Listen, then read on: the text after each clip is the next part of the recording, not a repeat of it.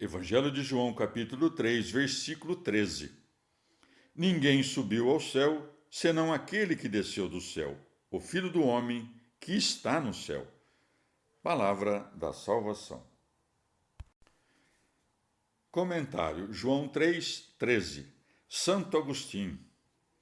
Exposta que foi a imperícia de Nicodemos, que só ia alevantar-se sobre os demais à força do seu magistério, e repreendida nele a incredulidade de todos os semelhantes seus, respondeu nosso Senhor que, malgrada a falta de fé de alguns, ainda assim há quem o creia, e à pergunta: como se pode fazer isto? Replicou: ninguém subiu ao céu, senão aquele que desceu do céu, o Filho do homem que está no céu. Como a dizer que o sentido da geração espiritual é tornar os homens de terrestres que eram em celestes, coisa que não alcançam senão vierem a ser membros do seu corpo, de maneira que aquele que subiu se faça um com o que desceu, isto é, que nosso Senhor pense o próprio corpo ou igreja como se pensa a si mesmo. Ainda que o Filho do Homem tenha sido engendrado na terra, ele não julgou indigno de sua divindade, a qual, permanecendo no céu, desceu à terra, o tomar o nome de Filho do Homem. E, do mesmo modo, muito dignificou sua humanidade ao assumir o nome de Filho de Deus, pois que a unidade de pessoas que há entre suas duas naturezas implica que não haja senão um único Cristo, o qual, enquanto Filho de Deus, fez-se visível na terra, e enquanto Filho do homem, permanecia nos céus. A fé, nos mais incríveis mistérios, prepara a crença nas verdades menos difíceis, porque se a natureza divina, tão afastada de nós, pôde assumir em nosso benefício a natureza humana, por maneira que formasse uma só pessoa, tanto mais fácil será crer na unidade entre os homens santificados e Cristo feito homem. E se aqueles sobem por meio de sua graça, não se pode concluir que ninguém subiu ao céu, senão aquele que desceu do céu? Acaso te admiras de que ele estava no mesmo tempo no céu e na terra? Pois esse mesmo dom concedeu-o a seus discípulos.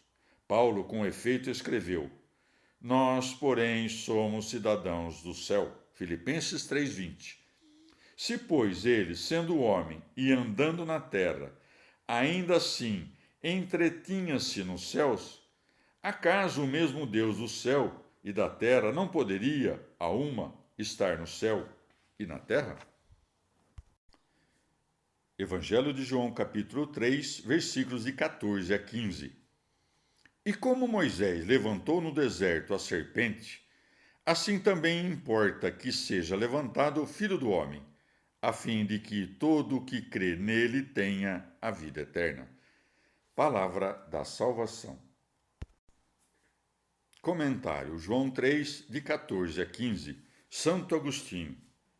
E de fato, muitos foram os israelitas que morreram no deserto, vítimas do ataque de serpentes. Por isso Moisés, obedecendo a uma divina injunção, alevantou a serpente de bronze, para que se curassem quantos a contemplassem. Ora, esta serpente erguida é símbolo da morte de Jesus Cristo, como se a causa do mal se demudasse em imagem da cura. Com efeito, a morte entrou no mundo através da serpente quando ela persuadiu o homem a pecar. Ora, nosso Senhor não carrega na carne o veneno da serpente, senão somente a morte. Assim, sua carne, que guardava apenas semelhança com o pecado, embora apartada da culpa, foi punida porque destruísse na carne o pecado, a pena e a culpa.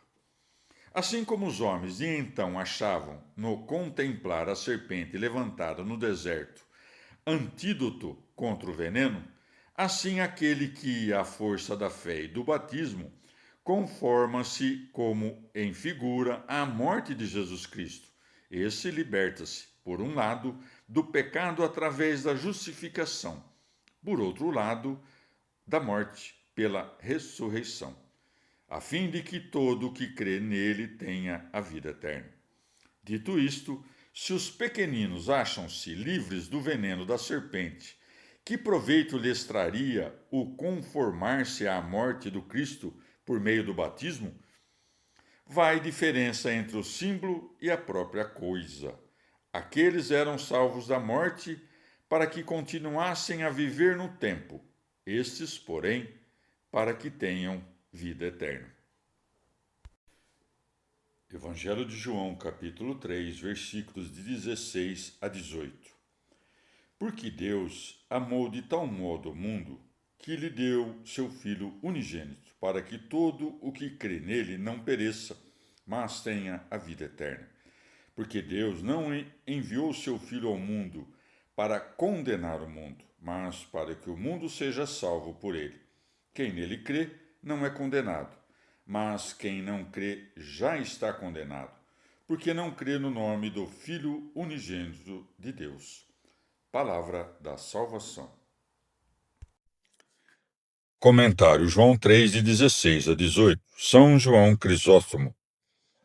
Quando nosso Senhor disse, importa que seja levantado o Filho do Homem, estava a indicar veladamente a própria morte. Não se quedasse Nicodemos contristado e o não tivesse por um homem comum, cuja morte resultaria inútil. Nosso Senhor, pois, retifica-lhe o pensamento, ao ensiná-lo que o Filho de Deus será entregue à morte e que essa mesma morte tornar-se-á a causa da vida eterna. Porque Deus amou de tal modo o mundo que lhe deu seu Filho unigênito, para que todo o que crê nele não pereça, mas tenha a vida eterna. Como a dizer, não te admires de que me cabe o ser levantado na cruz em proveito da tua salvação. Porquanto o Pai, que nos amou a ponto de entregar o próprio Filho nas mãos desses ímpios servos, assim houve por bem. Porque Deus amou de tal modo o mundo. Não podia nosso Senhor exprimir de maneira mais portentosa a grandeza desse amor, pois que esses dois extremos, a saber, Deus e o mundo, acham-se separados por infinita distância. Com efeito, aquele que é imortal, aquele que não tem princípio, cuja grandeza é infinita, esse foi quem amou os homens, formados a partir da terra e das cinzas, e tomados de incontáveis pecados. O que se segue exprime ainda mais fortemente esse mesmo amor. Com efeito, não entregou um servo, nem um anjo, tampouco um arcanjo, mas o próprio Filho. Tivesse vários filhos e dedicasse a sacrificar um deles, isto já seria prova de imenso amor. Mas nos entregou o seu Filho único, diz São João, portanto, seu Filho unigênito. Numerosas almas, aqui preguiçosas e fracas, com o fito de a não mais transgredirem e de se entregarem a muito profunda indiferença, abusam da misericórdia de Deus e se firmam nessas palavras do Salvador a declarar que não há geena, que não há punição e que o Senhor perdoa-nos a nós todos os pecados. É prudente lembrar, contudo, que há dois adventos de nosso Senhor. O primeiro, que já se cumpriu, e o segundo, que haverá de suceder mais tarde. Naquele, ele veio não a julgar, mas a perdoar-nos os pecados. Neste, inversamente, virá não para perdoar, mas para julgar. Referindo-se à primeira vinda, asseverou-nos que não veio para julgar o mundo, porque compassivo não julga, senão que perdoa-nos os pecados, primeiro no batismo e em seguida na penitência.